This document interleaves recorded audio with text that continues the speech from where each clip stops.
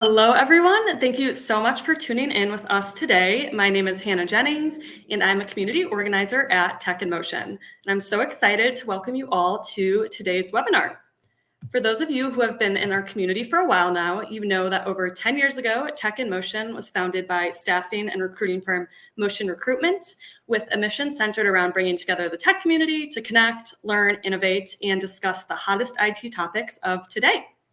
In case you missed it, the finalists for our 2024 Timmy Awards, recognizing the best places and people to work, have been announced, and voting for our Community Choice Award winners is now open for one more week. So you have until August 15th to get those votes in. I know we have a lot of great product and UX leaders in the running this year, so be sure to check them out in the link in the chat. Today, we are joined by an incredible panel who will be diving into an insightful conversation all around the latest product and UX innovations shaping digital experiences today. Be sure to stay tuned until the end of the conversation for live Q&A with our panelists, and feel free to pop those questions in the Q&A tab, and we'll do our best to get through as many as possible. We are recording the session, so if you have to hop off early for any reason, no worries. We'll make sure you get a recording via email. Now, before we hop into today's panel discussion, I'm pleased to welcome Max Gertis from our founder, Motion Recruitment, to the stage to share a bit more about what he's seen in the product and UX job market. So Max, I will let you take it away from here. Thanks, Hannah. Hello, everyone, and thanks again for joining us on this webinar. Before we begin the panel, I wanted to discuss just the product and UX market. Introducing myself, I'm, like Hannah mentioned, Max Gertis, Executive Director of Staffing Solutions at Motion Recruitment, a top tech staffing company, and the creators and founders of Tech in Motion. I also lead a team dedicated to the design and product space. So personally, very excited to hear what the panelists have to say today. Being a part of Tech in Motion, events like this for years now, it's just a passion for the IT industry. If you're looking for, your next step in a product or a UX career, or are a hiring manager looking to fill a specialized IT role, connect with me after. I'll drop my LinkedIn in the chat, and we can see how Motion Recruitment can help you in navigating this job market. Product and UX roles have continued to evolve in 2024 as these jobs just have become more data-driven. The product and design space is truly just a mix of science and art. With AI entering the picture, the future of these roles is both exciting and maybe uncertain. 53% of companies are currently leveraging AI in product and UX, and that number is only expected to grow in the upcoming years. But in what ways are these new tools going to be utilized? Could AI add more jobs, or what can those in the industry do to ensure they're prepared for the upcoming challenges? I think that's why we're all here today. So hopefully our panel can help answer those questions. So I will hand things off to our moderator and CX and Growth Advisor at Edge Media Network, Tcheilly Nunes. Hello, everyone. Welcome to our panel today. First, I want to thank you, Hannah and Max, and of course, Tech in Motion, for putting such an incredible panel together. We have three incredible, talented professionals coming on board today, and I can't wait to start discussing these topics. So I've been in product before product was even sexy or even called product, but I was kind of jack of all trades, as you know, product managers are, and especially focused on consumer behavior online. That was my research back in 2006 now. It's been a while.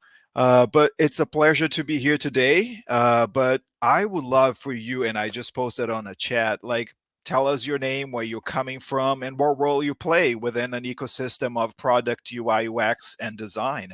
We want to know and then really shape this conversation to your questions. And thank you again for all the questions. They're all popping in. I do pretty much the advisory at this point. After the 15, 20 years of experience, I sit down with executive CEOs, business owners, small business size companies up to 150, 300 employees to really understand the problems they are trying to solve, and then putting together a product strategy, a marketing strategy, a sales strategy. But we are here today to learn more from Alex, Ken, and John. So I'm not going to introduce them because they have an array of things they are going to be contributing to our conversation today. But I want to introduce you to Alex. Alexandra Candelas. I call her Alex because we've been talking for the past 2 weeks and we are now friends, close friends on these topics. Alexandra, tell us about yourself and then how you got involved into UI, UX, product and design and everything under the sun, because I know you have a long experience, a long, trajectory here of really cool things. Yeah, I'm kind of prehistoric, and you can call me Alex. See, you can call her Alex too. Yeah, everybody calls me Alex. So yeah, my career is really interesting. I have a lot of variety in what I've been doing for many decades. I'm an entrepreneur. I'm an inventor. I'm a career designer, which is really important, and I'm an educator. And I had my start before the digital age as a graphic designer. And I became a tech leader and one of the founders of what we then called experience design. That was, back in the 80s. And since then, I specialize in building and scaling product design teams for large companies. And today, what I really primarily do is I teach in the graduate department at Northeastern, and I'm a co-founder. I started a company very recently. Nice. I'm a co-founder in a startup incubator that helps underrepresented founders, women-led companies, the BIPOC community, LGBTQ, and everybody else who has a hard time getting funded, secure funding for their startup. Well, if you are an underrepresented founder, you know who to call to right now, Alex. So, hold that LinkedIn contact because you're going to get a bunch of people coming to reach out to you. It's a pleasure to have you here. But then you have John. John, speaking of UI UX craft, this guy really knows what he's doing. He's hands-on keyboard expert, and I want him to introduce himself. John, join us. Yeah. So I started my career not quite as long ago as Alex, but I've probably had a somewhat similar circuitous journey. So I started my career out of college with the key insight that I did not want to wear a suit to work, and I did not want to have to be in the office at 8 a.m. So I thought the ad agency world seemed like a pretty good place to start. And I initially thought that I wanted to kind of go the writing path. And so I ended up at an agency called the LASIK Group, where I was just kind of a junior digital strategist doing kind of a catch-all of tasks. And ended up kind of being mentored by the director of UX there, and just kind of turning a willingness to learn and just be curious, as well as a handful of design classes that I'd taken in a very meandering college education as well, into a role in UX. And after 3 years agency side, moved to New York. When I was in New York, I then became the first UX designer at SoulCycle, which kind of started my journey as an in-house consumer-facing product designer. From there, I worked at Harry's, a startup called Draft that was acquired by FanDuel. So Ken and I have some shared fantasy sports background experience. From there, again, worked in kind of the consumer, direct-to-consumer kind of space, working for Quip, the toothbrush company, except that in this case, versus doing e-commerce stuff, it was actually building out their connected app platform for kind of their smart toothbrush, if you will, as well as kind of building out a platform for kind of patient-connected oral care that they wanted to kind of move into. And then I joined a company called MakeSpace, which was acquired by Clutter, and they were sort of Uber for storage, if you will. And today, I am the head of design for a seed stage travel company called Safara, which is working to kind of give consumers a better and more rewarding way to book hotels. And so I've been there for the last about 2.5 years. Fantastic. And John and I see here Stacy, we all lived in Brooklyn. Well, I lived in Brooklyn. John is still there, and Stacy is also in Brooklyn. So a lot of representation here today. But then we have a wicked fun guy who is coming on now, and wicked funny because you, me, and Alex, all have our roots in Boston. So Ken is our researcher. He is the UI UX expert that really has a lot to bring to this conversation, especially when it comes, and I see a lot of questions around AI here, when it comes to AI applications. Ken, take the floor. Thanks for the great introduction. Yes, from Boston. Started my career about 20 years ago in Chicago, actually, originally from here, but was runner-up. Didn't know what I was going to do. Was a runner-up for a project manager role at a very small agency, but they really liked me. They brought me back and said, "What do you know about UX?" I could say I didn't know anything at the time. That started my career. Did a lot of work in the agency side of things. Worked for larger agencies, Rosetta, doing a lot of e-commerce platforms for big box stores, designing e-commerce solutions for B2B, B2C customers, Fossil, Office Max, T-Mobile. Moved back to Boston in 2012. Worked for Sapient, doing some more agency work for financial institutions like Voya, the Hartford, Wellington Bank. Then eventually made, as John alluded to, in-house. I was the first director of UX for DraftKings, building a product design team there. Then moved over to Liberty Mutual, a much larger company, enterprise, 100-year-old company. How do we build in-house design team, integrate that with engineering, integrate that with product, and really help teach. I was really teaching design thinking as a methodology for these squads, really integrating, leveling up, building those teams up from scratch. And then the past 3 years, I was head of design research and UX at Drizly, which was acquired by Uber Eats. Drizly being an alcohol delivery app. I don't know if anyone here used Drizly, getting alcohol delivered to your house or sending a gift through alcohol.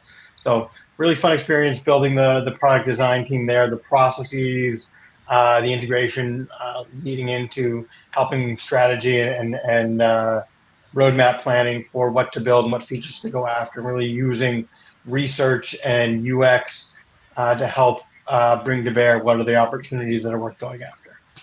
That's phenomenal. Like I am just like El Emil told here, shared in the chat. There is a breadth of knowledge and expertise among us four, right?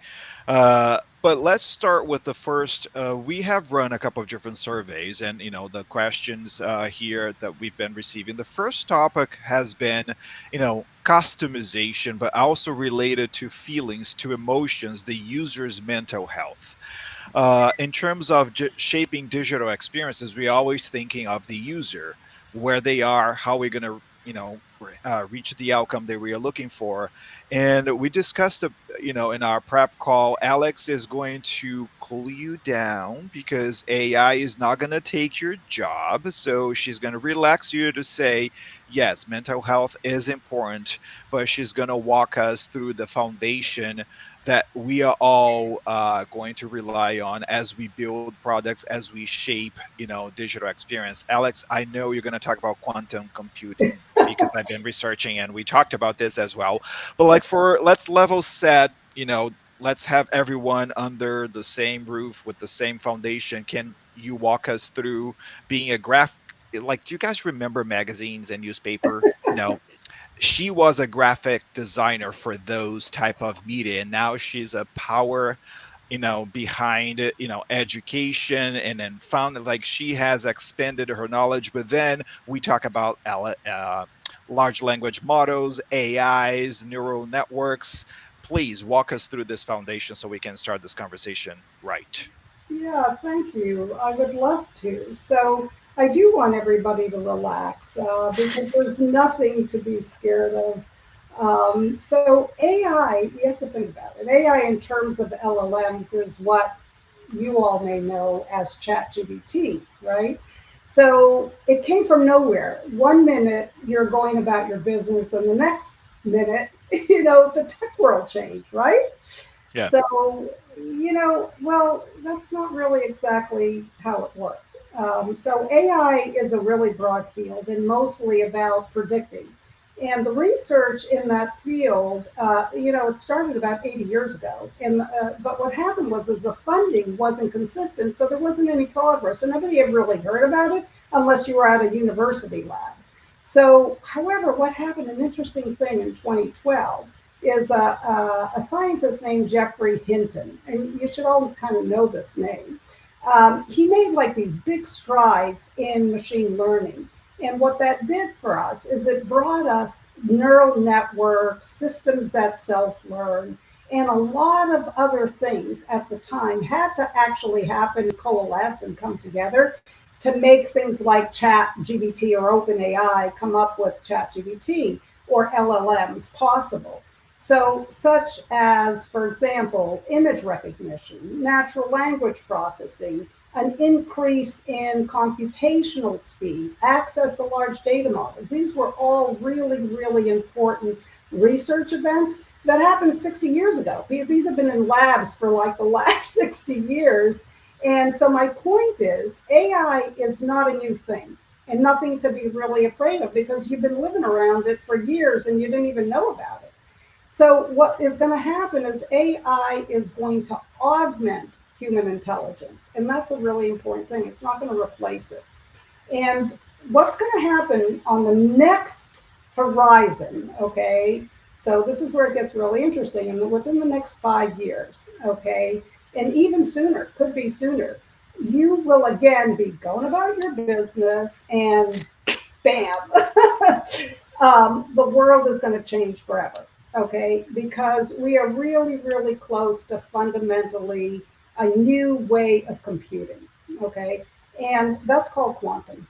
And now many of you are probably sitting back saying, wait, what, what's quantum? I barely remember when the internet was breaking, the computers. It was 1999 and we didn't know what to do. Now you're talking to me about quantum computing, because I have done my research, and guys, you should read on this, but it's incredible. But keep going, Alex. Yeah, so quantum, works on a system of atoms, okay?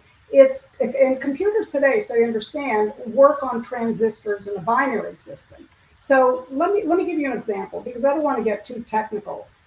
So Google talks about quantum is going to be able to solve problems in 200 seconds, okay? Which is faster than any supercomputer today and would normally take 10,000 years, okay, you got that? 10,000 years to solve. And I thought I was old. No. So essentially what's going to happen is we're going to be able to solve problems that we've never, ever been able to solve before. I mean, you will see things like, cures in medicine, geopolitical situations, finance. Like they're talking about, every single, password in the world will be unlocked within 200 seconds. I don't think I like that. But well, here's the thing. They're working on new security systems. So they're already working on this stuff. So you're probably going to tell yourself, okay, in the audience, you're saying, okay, so I'm a designer. I mean, why do I care? Why do I care about this stuff? So, well, here's the thing. We're at the second inflection point as designers. And the first was from print to digital. And I lived in that age. And everyone was freaking out. When I say freaking out, you have no idea. Designers were, it's the death of print. We're going to lose our jobs. We're not going to have any work. What's going to happen to us? They didn't want to embrace the technology. They were afraid of it. And we're talking about Macs now. They were afraid of Macs. They wouldn't even touch them. And so what happened is, yeah, there were jobs that were lost, like typographers. The whole industry went away, but those people couldn't transition. For the people who transitioned, they moved into other careers, and that whole era brought on new jobs, new opportunities, all kinds of possibilities. So now we're at the second inflection point. It's around the corner, okay? And AI and quantum are going to move us into that next point, which, it's going to make us critical decision makers, because as designers, honestly, we're able to grasp changes in tech and science and society, and we do something others don't. We're able to convert those changes into ideas, okay, that people understand. That is our sweet spot. That is our strength.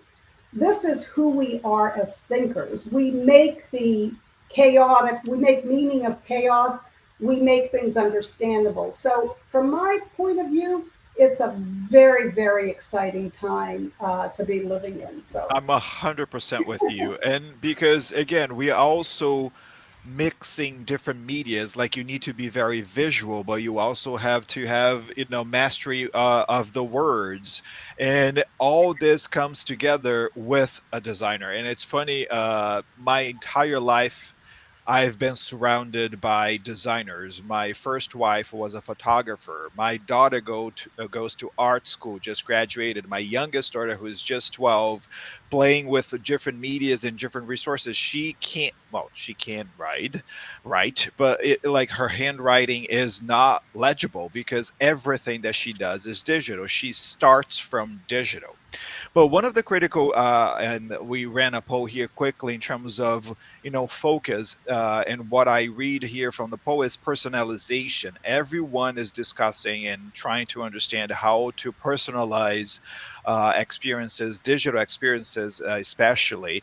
And I'm gonna call in Ken because he's the guy who is going to explain everything. And because, like Alex said, again, we translate and clean up the chaos, and the guy is going to translate what she said into applications, like business cases. Like, let's think of something very simple that people might not know, Ken, that actually is full of AI and tech and things mixed together so you can have the experience. And I'll get to you, John, because there's nothing like travel when it comes to AI, personalization, and automation. But Ken, like, DraftKings and all these companies they've been, like even Liberty Mutual, right? Like tailoring the experience so you can upsell, cross sell, downsell experiences in a way that's fluid. It's not clunky. Like, please enlighten us.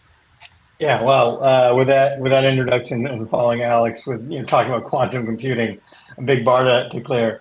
Um, yeah, so I mean, AI is obviously everywhere now, and it's really being integrated in a lot of things. And with everything with new technology, there's smart ways that are done that are effective, and you don't notice it, and really kludgy ways that are really awkward. Anytime you open up LinkedIn and want to put a message, it asks you, do you want to do an AI message instead of write the message you wanted to do, which is kind of a little awkward at times. Um, AI is a tool. I think it's a really powerful tool. I think it falls to designers to figure out how do you integrate that in a way that matters to users and is effective and is desirable versus awkward and kludgy. Um, every big tech company that has a writing service, they're trying to integrate AI, and you see it there, and it's pretty overt, and it's pretty literally an AI button on every UI set now. But Netflix or Spotify is using AI to recommend or tailor playlists or the next piece of content. Certainly, TikTok and social media. Like, how do they bring something that they think that they know you? And I think, by the way, that's what's interesting about, to tie it back to the question of personalization. Version 1.0, everyone was talking about personalization before AI. It was, hey, user, tell us everything about you so we can, and set all the settings so that we can design or give you an experience that matches what you do. It puts a lot of effort on the user. I think AI is trying to, one of the applications of AI is to take that burden off the user. We have all this data, we have all these insights, we're going to get better, we're going to refine it, but we're going to start to tailor the experience to the user based on what we know about you without you having to put any input into us. And that's, I think, a really interesting, and when done right, can be a really compelling personalized experience. Other ways that AI is being deployed, dynamic pricing. If you're getting a flight, I think I do talking about not like travel. that one. That one is not one of my favorites. I was trying to book a trip to Disney, and literally, I moved from my mobile device. I was logged Yep. into a company. I'm not going to say the name because that's not right. But like, literally, I was logged in to their app booking. They Yep. kicked me out. And then I went to my desktop and then did the same ran through the same transaction. They jumped up the points because I was Yep. using dot points, and that's like, Yep. I don't want that kind of customization or personalization. And like, come on, like, give me a second. But yes, like as I said, AI is already behind of many of the experiences that we are Absolutely. engaging. And that situation, we definitely have all ran into that, right? Where AI is like bumping up your pricing, and that's not fun. Surge pricing on Uber, for example, right? You That go is frustrating. incognito, right? You go Going browser there, you go. incognito, you play here, and it's like, yep, but yeah. But on the flip side, when that price is $5 for the short ride, I think that is the benefit to the user. So it's going to be a push and pull to get to better solutions. Other examples of AI, obviously, we're hearing more and more about personal assistants. I haven't seen them really impactful or effective yet, but I think they're getting smarter. Customer experience, I know, is is leveraging AI to keep you from talking to a user, which again, really bad experiences there, but I think there's also some good experiences and interesting, and I think we get better. Just another example too, onboarding is a big one, I think. Particularly in the B2B space, small businesses who aren't necessarily tech savvy. I've seen examples of AI used to help get them up on a platform, a payment platform, an inventory platform, a dashboard, and help them walk them through the steps that they need to get really properly set up. At Drizly, we were experimenting in a couple ways with AI. An example was we were developing a virtual sommelier to recommend products, a chat bot that allows you to say, hey, I'm looking for X, here's some recommendations. I'll be honest with you, I'm not crazy about chatbot experiences in AI because a lot of these times they kind of feel like a faceted search with a different UI set, right? Like, but you have to guess the right terms that you need to use to do that. That's not what I asked. No, exactly. That's not the keyword. And then you change the keyword, it's just like goes in a loop, right? Yeah. And that should really bother all of us all of us in the design UX community, because it puts the onus on the user to really understand the language and speak computer, which is really not the dream, not the end state.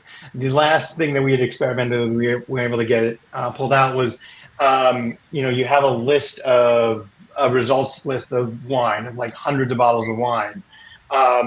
We were trying to come up with a way for it to generate, can you generate brief descriptions or recommend, give us context about these bottles of wine. It would recommend, 6 bottles of wine and talk about organic and tannins and all this. So give you a little more taste to it beyond just the price point and the varietal, et cetera. So I think there's a lot of really interesting opportunities with AI. I think it's a tool, it's not the endpoint. And so it's on us as designers to figure out how to insert that in a way to define the problem, make it desirable for the user, and leverage it as a tool to help get the user an experience that they're ideally looking for, and a lot of times not going to realize they're interacting with AI in some way. And before I jump to John, because I want him to go deeper into what you just described between, draw the difference between, human tasks, AI being, specific, like the chatbots or the content creation, and discuss a topic that we discussed in our prep call in terms of on-platform AI, because it's very, very interesting. But there's a question here that I keep hearing, not just in the chat, but in general as I run these events. Skill set. Like, as a designer, and then Alex, introduced this brilliantly, like we are always morphing, we are always seeing things from different places, like skill set, like how do you build a skill set that's going to be evergreen, or what to focus now, what to focus later? Should I be more technical? Should I be more business? Should I be more visual? Can you, explain what you've done and what you recommend? Yeah. What I would say, and I definitely want to open it to the larger audience of the panel. I think it's a bit of a poor frame, or understandable, not the right framing of it, which is to say, as designers, it's not our job to make things look pretty. I guess it's part of the job, but that's not what we do. What we do is understand the problem, we define the problem, we develop hypotheses to solve that problem, and we craft solutions that work. The pixel perfect part of it is the last mile, right? I think to be able to adapt to this new world where AI, or we're going to be interacting with AI, is just like everything else that's come up, every new technology, big and small, which is to say, get comfortable with it, understand it, use it in your daily lives, educate yourself, read up as much as you can, understand its limitations and the way it works. I think for all of us using ChatGPT and whatever AI chatbots out there, just to understand what gets you closer to a better result, helps you understand the or the dimensions of the technology, and then use your design brain to figure, okay, now that I know this, how do I leverage that into a more interesting experience? Like I've built chatbots that are not powered by AI, right? It's just by understanding what the user is going to do, and then being able to come up with a simple decision tree script. Like there's that way to do it.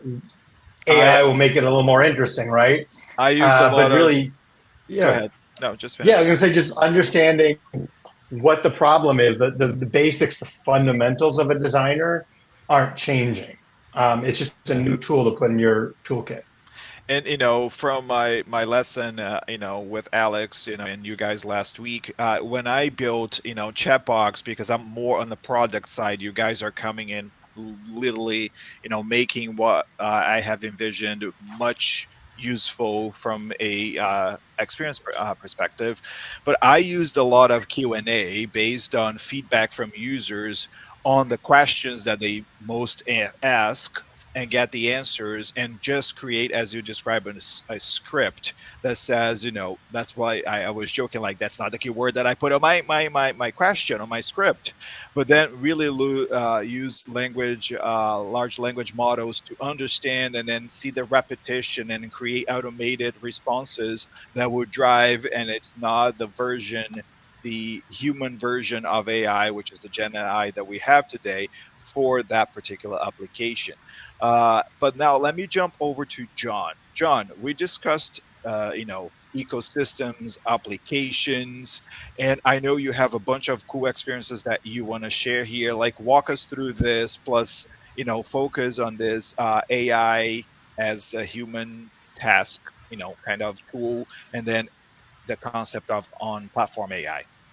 Yeah, so I think in terms of just zooming in a little bit and thinking about AI and what it kind of means for us, there's obviously going to be a little bit of a split between people who are in a more tactical execution phase of their career, so a little bit earlier on, versus people that are maybe more strategic decision makers. But the first thing is, you need to understand how to work with AI in terms of your own tooling. And so for that, I mean, obviously how it comes into applications like Figma or even kills applications like Figma is a little bit TBD, but at a baseline level, just go out and play around with not just ChatGPT, but with Perplexity, go and play around with Midjourney, get familiar with the generative and LLM sides of it, and then also dive into and start to understand the implications and nuances of things like deterministic versus probabilistic, right? So deterministic means exactly what it sounds, that there is always going to be a fixed answer. There will be no degree of randomness in that output, whereas probabilistic means that there will be a degree of randomness, or that it is, it's based on this is the most likely, not necessarily the absolute. And so the difference of those things is something like, TurboTax, is a little bit more of a deterministic system where, like, if you meet X criteria for taxes, you pay this rate, right? And that's never going to vary. Probabilistic is more like, oh, like, you watched these movies and gave it a thumbs up on Netflix, so we think that you'll also like this, but we're not 100% certain. And so understanding some of those things, is really key to thinking through how to actually execute designs for that. In a deterministic, you shouldn't give someone the ability to say, actually, I think my tax should be a little lower, because that's going to get them in trouble with the IRS, because that is a fixed closed system. Versus probabilistic, someone being able to say, like, hey, I usually watch comedies, but actually that's not what I'm in the mood for, so I want to get around this recommendation and get to something else, has, very important design implications to think through. It's also important to understand that what makes AI really special and really cool is that it's not human. So it can approach things differently than we can. It can come through data sets that are much larger than what our human memories can hold, and it can come through them much more quickly. What it's not good at necessarily is doing things that are unique human jobs. So it doesn't have the capacity to have empathy. It can never be user-centered because it doesn't have any kind of ethical center. It doesn't have a moral sensibility. It's not, capable of, really being human. It also doesn't really have aesthetic sensibility. You can put rules in place around it, But what it's really good at doing primarily is copying. So it's always looking at what was the trend in the past. So if you think about, any kind of design improvements or changes, you think about Tinder introducing the swipe-based UI. Well, ChatGPT or an LLM wouldn't have come up with something like that because that wasn't a commonly used design paradigm at the time. So it wouldn't have had a training set that gave it the ability to come up with that. Or similarly, when Apple released iOS 7 and we shifted from very skeuomorphic three-dimensional design into incredibly flat design, again, that wouldn't have been generated by generative AI because generative AI would have looked at the training set, all the other kind of good apps at the time and said, oh, well, what you want to do is you want to have it be three-dimensional, these realistic little icons, lots of drop shadows. It wouldn't have taken us to that place. So there's going to be room for humans always to kind of, do the Steve Jobs thing, which is to say that, customers don't know what they want until we tell them. If you ask someone, prior to the invention of the automobile, what do you want? They would have said a faster horse. So generative AI is not necessarily in the near future going to displace some of those human things because, again, it's trained on historical past-looking data. It's looking to the past. It's not looking to the future. There's also a couple of other things that it doesn't do super well, which is explainability. And so at kind of the more practical level at Safara, since we help people book hotels, we want to be able to give people personalized kind of recommendations around this is a hotel we think you'll really like, because when you're searching for a city like Paris, Paris has something like 3,000 hotels. So even when you apply, kind of your own basic filtering around price or location of where you want to be in the city, there's still all these options. And so we want to help people with that. One of the things that we've kind of bumped into, though, is when you just feed this stuff into an LLM, people still want to know the why. And explainability is actually a big challenge for AI, because one of the things, again, that it does really well that humans can't do is find patterns that we can't see, because our ability to go through data sets is too limited. But it can find these unique patterns, but people, really want a reason to trust it. And that's especially true in applications like, say, hotel booking, where you're asking someone to spend hundreds or even thousands of dollars on a given property. They want to know why they're going to like it. They don't want to just kind of, be told like, oh, here's someone this paid for this ad, sponsored by. Right. Yeah. Well, and just barrier to adoption also, right? Like starting a movie on Netflix is pretty low cost. You might waste 10 minutes of your time to find out you didn't like it. Booking, a hotel and showing up, in a foreign city, that's a much higher barrier to adoption. So explainability is a big thing. And then there's also, I think, going to be aspects too of like just thinking through how does this product age over time? Right now, we might be able to give you a really good recommendation on, this is the hotel that we think you'll like based on what we know about you today. But what happens when you go from being 28 and wanting to be in the city center, where, right next to all the bars and the clubs and wanting to have a really lit pool scene on the rooftop, and all of a sudden, it's 5 years later and you've got a 2-year-old and you're married, and now you want to be in a totally different area of the city. You want to be really quiet. You want to be far away from the elevator. So there's all these kind of unique design problems still around this. And I think, as we look at it, it's where we have to kind of take a step back. And, I don't necessarily have as much career experience as some of the folks here, but I've been in this field for 12 years. And I remember when I started, UX was really separate from visual to begin with. And there was this whole evolution of our tooling where, the very first thing I learned was OmniGraffle.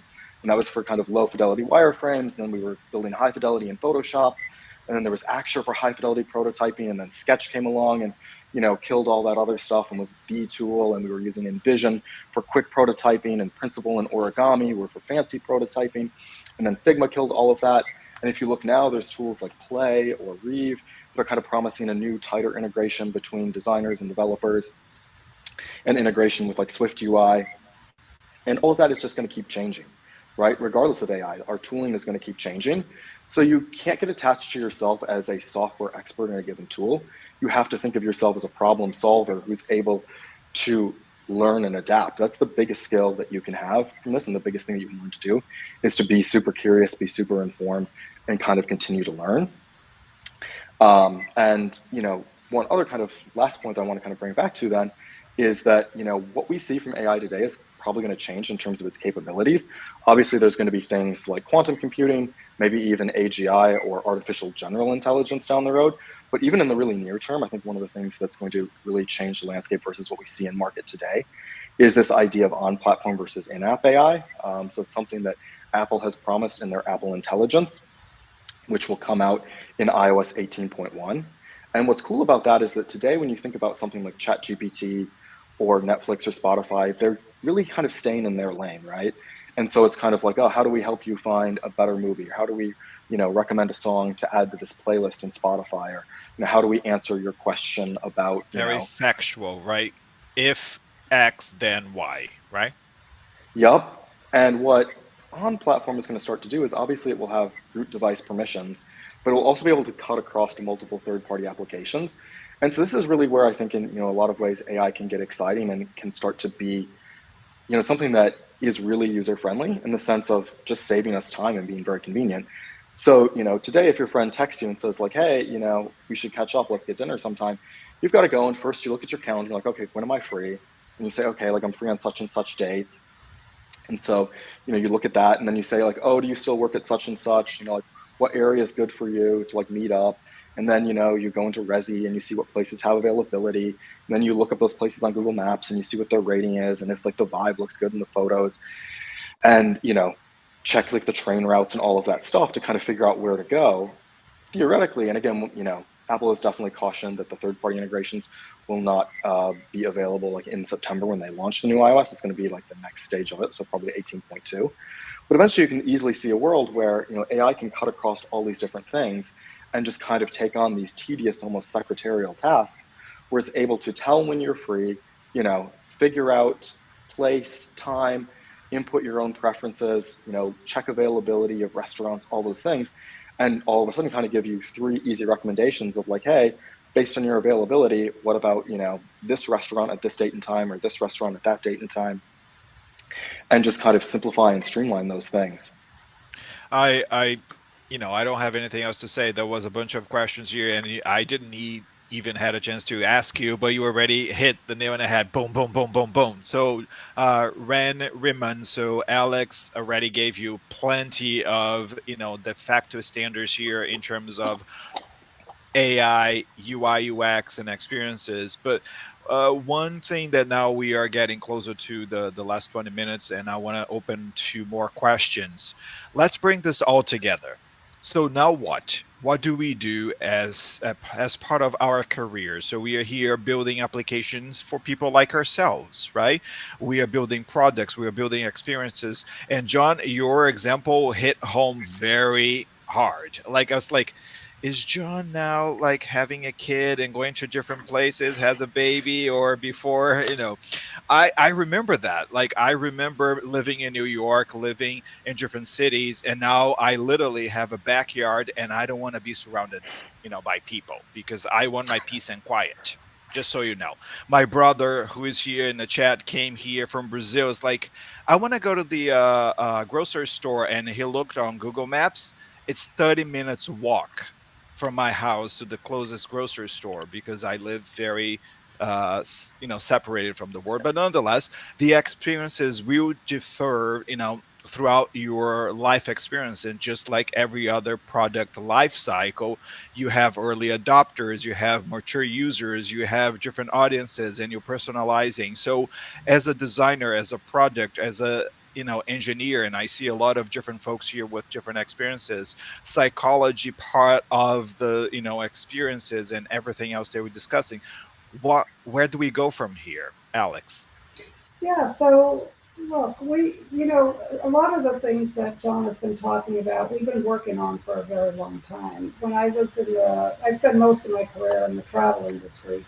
And even as far back as 15 years, we were understanding human behavior and what they're doing because we have access to that data. We have access to the data through various channels and sources, and your cell phone is really gives Powerful. us information. Yeah, it can tell us whether you have kids today and you don't tomorrow. You didn't yesterday.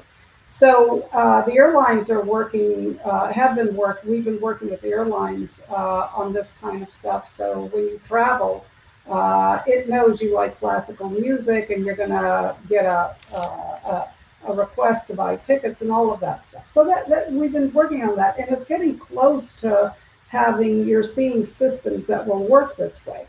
So for designers, from my point of view, the most important thing to keep in mind is you have to bucket the problems you're solving. There's the upfront idea phase. What am I going to do with this technology to solve a problem? And then there's the execution phase. The execution phase, you put it way down the road. On the what am I going to do with this technology in relationship to how I'm going to solve the problem is designers need to start thinking about making the impossible possible. Okay, it's we're here. Okay, so everything you've wanted to do, you can do today. And one of the things that will be very instrumental is to, whatever field you're in, build your domain knowledge, become a domain expert. You don't have to go out and get trained, just be within your own company. You spend a lot of time with product managers, understand, what they know. If you don't know, ask them a lot of questions. Be as good as they are about understanding the market you're in, the trends that are happening, number one. And we love that. Just so you guys know, like as product managers and all the product managers here in the chat, please say amen, because we don't want to own this by ourselves. We want the team to be with us so we can make applications, we can create experiences that actually make sense. Right? It's not my experience, it's the team's experience, because we are providing a service, a product to an audience, not to ourselves. Exactly. So product designers, and I say product designers because product designers do everything. It's like a full stack designer, and become very good partners with products. So product managers, and I mean, I have a vision down the road. It may scare people, but there's going to be one role. It's not going to be a product manager or a product designer. It's going to be a combination of a product manager and a product designer, and that's a different conversation. But do that. Become a domain expert. The second thing is understand the language of the business. Understand what it means when you're talking about the total addressable market, the serviceable obtainable market, the available market for your particular product, feature, functionality set. Understand what are the key metrics in ensuring that what you're thinking about for a solution is going to be that you can measure it. Okay. Now I know a lot of people, get all tangled up in this. I mean, how do I measure an experience? There are ways you do it. You do it with your product partner. Okay. So understand the language of the business, right? And the third, yes, you have to understand the language of technology. You can do anything with technology, okay? Today, anything. Things that you couldn't even possibly imagine, okay? And that's the spark. You have to have the spark to think, okay, what can I do? I mean, you talk about, LLMs, large language models fed into chatbots, and they're not empathetic. Well, why? They can be. They can be. It's just that we haven't thought about how to do it yet. I mean, there are people working on this. There are robots that have been in development for like the last 20 years, like Sophia. If anybody's ever seen Sophia, I mean, it's almost. I mean, she's human. The thing about, we're not crossing consciousness yet. Okay. Yeah, let's not get too deep, Yeah. right? Yeah. We are barely understanding business language Yeah. here, so I want to, throw this over Ken and John's court to, like, as a designer, and that was beautifully put, Alex, because I struggle a lot when I talk to people other than product managers, whether it's marketing or engineering. Like, we need to speak the others, and I think we had this kind of joke in our prep call, like the love languages, right? Like, what's the love language of your marketing counterpart, your engineering counterpart, your designer counterpart? Because we all see things differently, but the beauty of the experience is bringing all of this together. And there was a discussion here in terms of AI and biases and fairness and all those pieces, the empathy on a bot's answer. Like, Ken, like, are those languages important? How you develop those languages, and how critical it is as a designer to understand the business language, but I also understand the technical language, because I am not overly technical. Like, I know I'm dangerous enough to get into an API and then point my nose where I'm not called for, but like, I know what I'm reading. So, like, in your experience, how critical this triangle that Alex, described is, going forward? Yeah, I think language is a great way to think about it. So to Alex's point about just PMs and designers in general kind of merging somewhere in the future, I think that's probably right. Like we're doing the same thing. We're both trying to solve a problem. We're just coming at it from a different lens, right, or a different focus. And I do think something I preach to my design teams as I'm coaching and mentoring them is understand the PM's perspective, understand the engineer's perspective, understand what they're worried about, what they think about, and definitely understand the business, how the company makes money. Too often designers don't concern themselves with that. And here's the sort of the tragedy, and this is why I think language is the great way to frame it, is if you get 5 designers in a room and they're talking about whatever problem of a UX of the application, right? They're talking about aesthetics, they're talking about friction, they're talking about desires and whatnot of the user, et cetera, right? If someone's not a designer, they're going to hear it be an aesthetic conversation. Now, I know all those designers are trying to make something that's more usable, that's more valuable to the company, and be more effective. That's something that's lost in translation. It's lost in the language of designer to engineer to product or whomever, right? And so I do think it's really critical for designers, UXers to understand first and foremost the business arguments, the business cases, of why to do something or how the company makes money. First of all, that's the best way to have influence in terms of like to push for the things that you want to push for. And 2, it builds that common understanding and common shared understanding. When that PM understands that you're not persnickety about the color of a button because your artistic sense is offended, but rather it's going to be more noticeable and have a higher interaction rate, like then you've built an ally and you guys are going to start to like solve problems together and you're going to start to really work together more collaboratively. So I think language is a great way to think about it, and we should get outside of our domain expertise language and be able to speak in the language of business, speak in the language of product, be accessible to engineers and products, and be empathetic as well. John, your take. Talk to us. Yeah, so I mean, I think obviously having that shared language is a key thing, right? Because to the point Ken was making, each team kind of brings their own kind of perspective to that. I also think, though, it's not necessarily a bad thing that there is a certain amount of tension there. I would almost equate it to a tent, if you will, that you've got all these guidelines that come off the top of the tent.